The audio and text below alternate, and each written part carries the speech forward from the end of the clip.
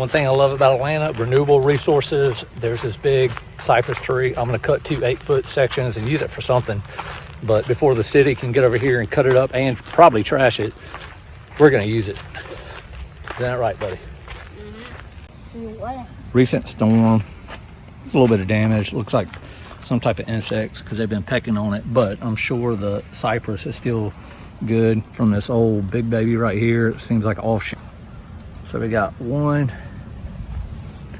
8-foot section right here, right underneath all the knots. Yeah.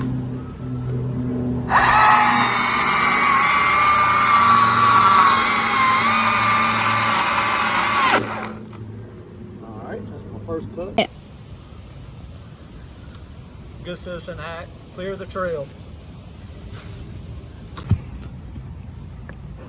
It's a good thing about the electric chainsaw too. You don't have to disrupt any of the neighbors or anything around here when you do something like this.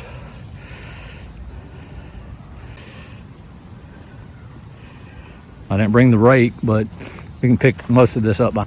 So this is wet green, or whatever you want to call it, a lot heavier than I thought. I called it.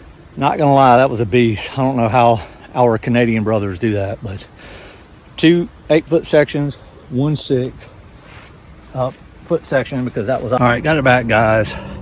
City of Atlanta needs a lot of more guys like me doing their own harvesting trees, venison, deer, and all that stuff. But got this. I want to throw it up here. By the way, I did finish the pool house. It's getting painted tomorrow. I'm going to put this over. I'm going to debark it. I'm going to let it sit up somewhere back here in the back.